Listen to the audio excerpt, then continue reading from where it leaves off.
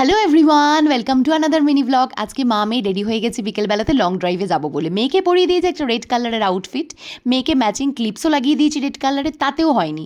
একটা রেড কালারের soft toy তার চাই। তো আমার বাড়িতে মানে সফট টয়ের সম্ভার, এত সফট টয়েস আছে বলতে পারো মিনি জু। তার থেকে একটা রেড কালারের সফট টয় চুজ করে নিয়েছে। ও তো লং ড্রাইভের কিছুই বোঝে না, ও স্টোল ক্যারি করবে, ও হচ্ছে কুশন ক্যারি করবে, গাড়ির পেছনে জলের বোতল খাবার এসব নিয়ে পুরো ঘুমিয়ে পড়বে।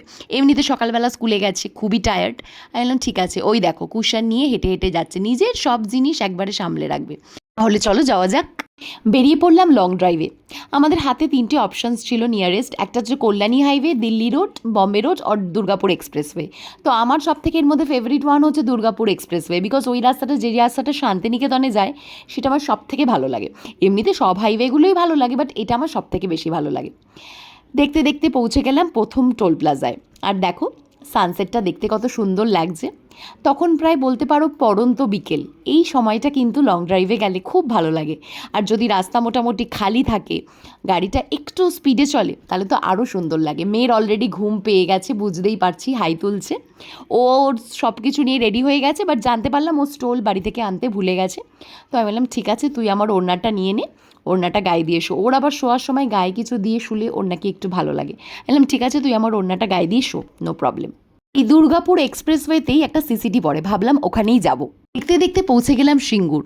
ইচ্ছে তো ছিল সিসিটি যাবার, বাট সিসিটি গেলে অনেক দেরি হয়ে যেত। পরের দিন মেয়ের স্কুল ছিল। তো ভাবলাম সিঙ্গুরেই একটা হোটেল আছে, হোটেল লাবণ্য, ওখান থেকেই একটু চা বিস্কিট খেয়ে নেব।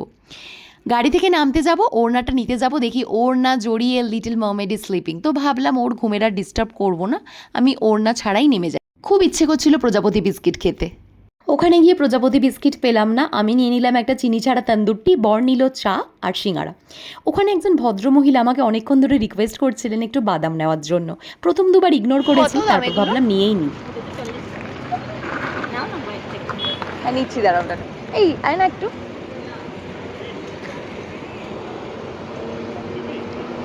হ্যাঁ একটু বাদামটা নিতে বলছেন উনি। এই যে বাদাম, বাদামটা নিয়ে আমার ভালো লাগে খেতে। না লাগবে না।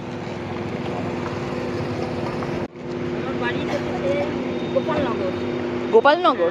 ওনার থেকে শুনে নিচ্ছিলাম ওনার জীবনের অনেক কথা। ওনার জীবনের কথা শুনে মনে হচ্ছিল আমাদের জীবনের প্রবলেমসগুলো কোনো প্রবলেমসই নয়। আপনার নাম রিনা রায়? না, ও আমাকে ভাইরাস করে ছেড়েছিল। আমার নাম সন্ধ্যা। আচ্ছা আমার আচ্ছা স্বামীর নাম ছিল কাশীনাথ মালিক।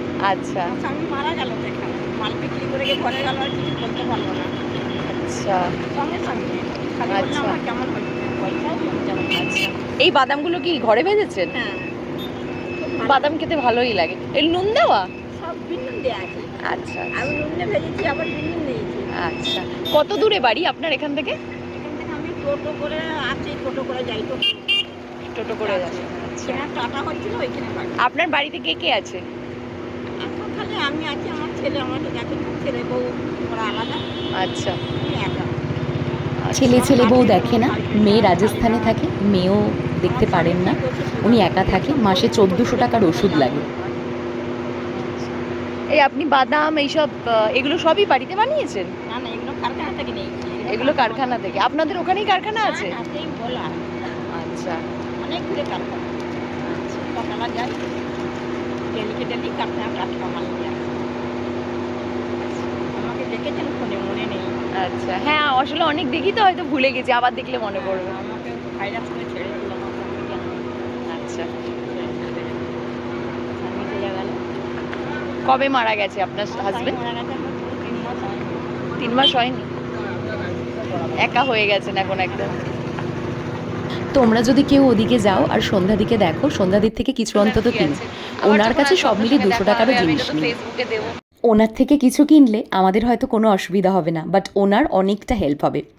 দেখতে দেখতে আমার চা এসে গেছে, চিনি ছাড়া তন্দুরটি। চাটা খেয়ে নিই। আমি সিঙ্গারা খাবো না, বর সিঙ্গারা খাবে। আমি তো সন্ধ্যাদির থেকে বাদামটা কিনেছি, আমি বাদামটা খেতে খেতে চলে যাব। মেয়ে এখনও ঘুম থেকে ওঠেনি, ও তো লং ড্রাইভের কিছু বুঝলোই না, বাড়ি ফিরে হয়তো ঘুম ভাঙবে। চলো, আজকের ব্লগটা যদি কিছু ভালো লেগে থাকে তাহলে প্লিজ ফলো করে দিও, লাইক করে দিও, কমেন্ট করে দিও। আর এরপর আরও একটা ইন্টারেস্টিং জায়গায় কিন্তু গেছিলাম, সেটা কোন জায়গা সেটা দেখতে হলে পরের ব্লগটা দেখতে হবে। তাহলে চলো বাদাম খেতে খেতে নেক্সট ডেস্টিনেশনের দিকে এগোনো যাক।